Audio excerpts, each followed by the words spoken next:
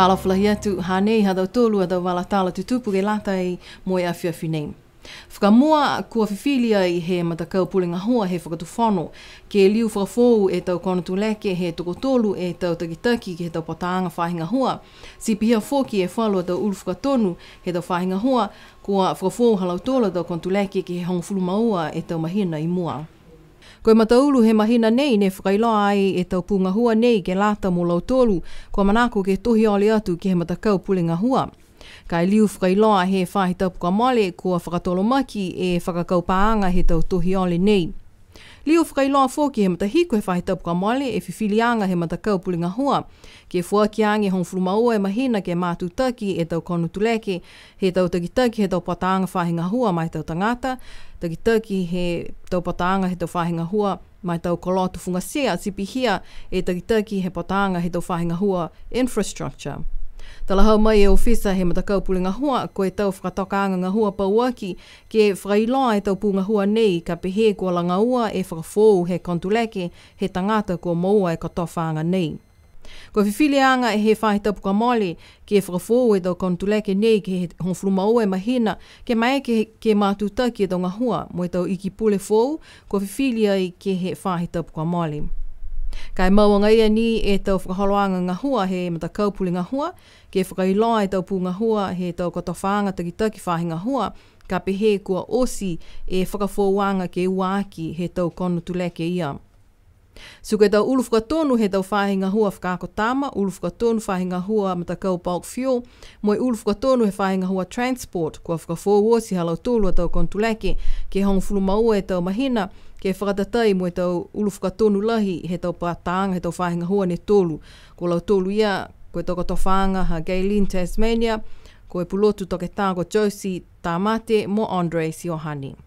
Kua liwa e takitaki he aonga pulotu he Pasifika Tonga koe Professor ko Paul Alualia ke he kamatahana a ngā hua ko e whiwhilianga nei ne whakamoli ai he matakau council he USB ke taha whanoanga lahi ne whakahoko ai he awhlaile he whaitapu e kua mole.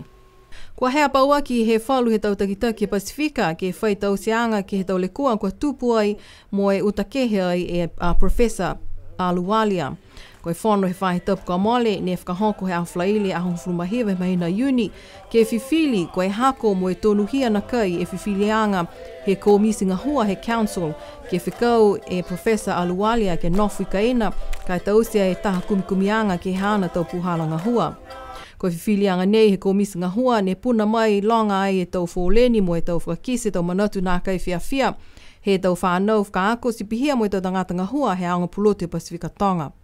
Manako lau tolu ke liua Professor ke ngā hua whoki.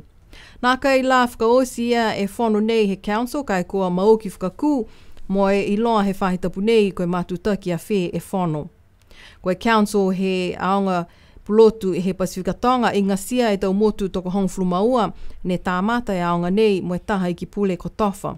Koe motu ko fisi taha iki pule mo e toko wha e whalu ofisa ko nonofo ko tofa atu ki he council. Koe motu ko Samoa toko ua e tūtaki ki he council. Lawhi atu whoki ki ai e tau hukui mai he tau motu ko Australia mo New Zealand pihia mo e tau hukui he tau whanau whakaako. Tau hukui te tangatanga hua mo e whalu pulotu hukui whoki mai whafo. Kua tohia ai e tau manatu whiawhia mo i tau ui whakamunuina mai he matakau kau whakalataha he tau tangata tuhi tāla po e tau tangata whakapuloa he Pasifika ne whahingoa ai koe Pacific Islands News Agency.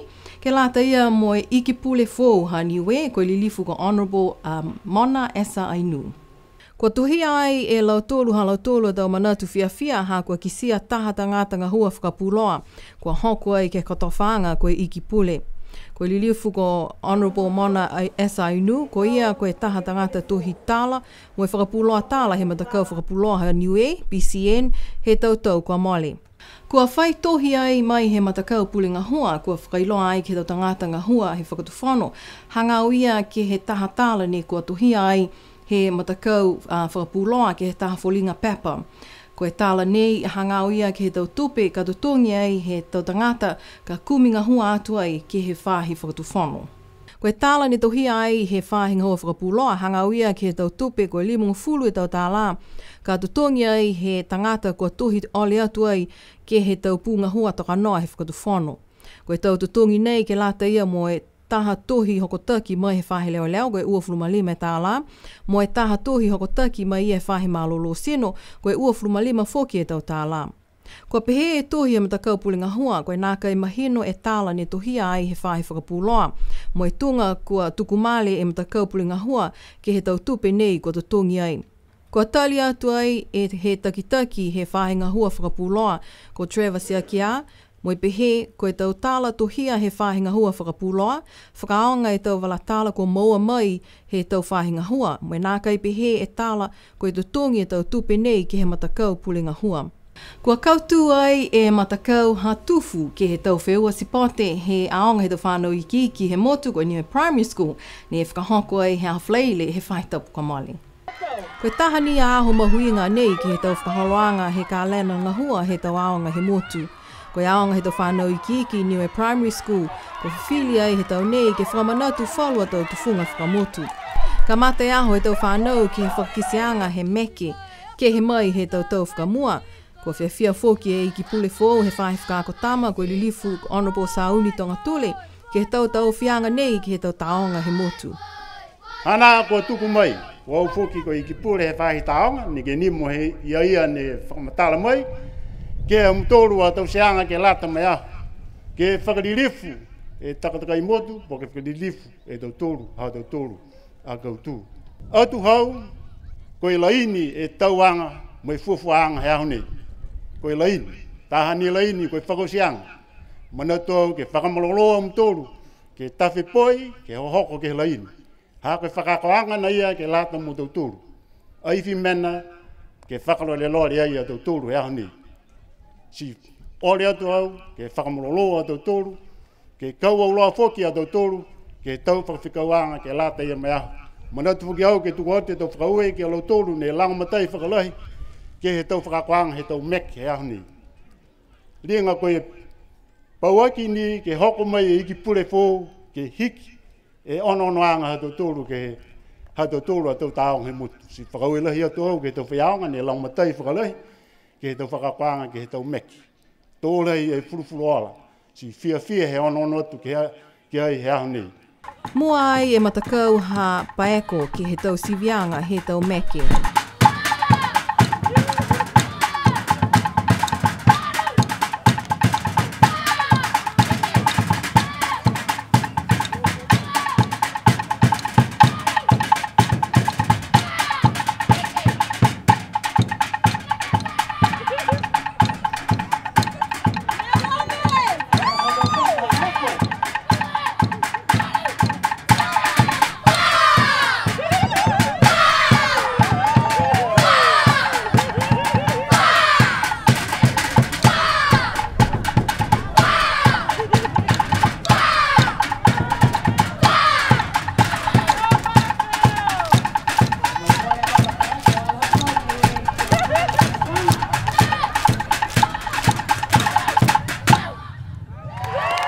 Ko lau tōlu e wahenga he tau whānau kua manaki ke o atu ki haonga tukulunga he tau kahau.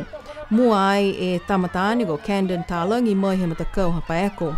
Toko ua ai tau whānau whiwhine he wahenga nei ko maua ai e fōfō nei, ko Jamilia Siakimotu mai he matakau ha tufu, mo Kumi Mau Jackson mai he matakau ha hawe. Kai toka e tau ola katoa toa he tau nei, ko kautu ni e matakau ha tufu, ko e whai seo mai ua e tau ola katoa. Si pia ha tau tōlua tau wala tāla tutupu ke lata e moe awhiawhi nei, kia mnui ne pō, nono whao.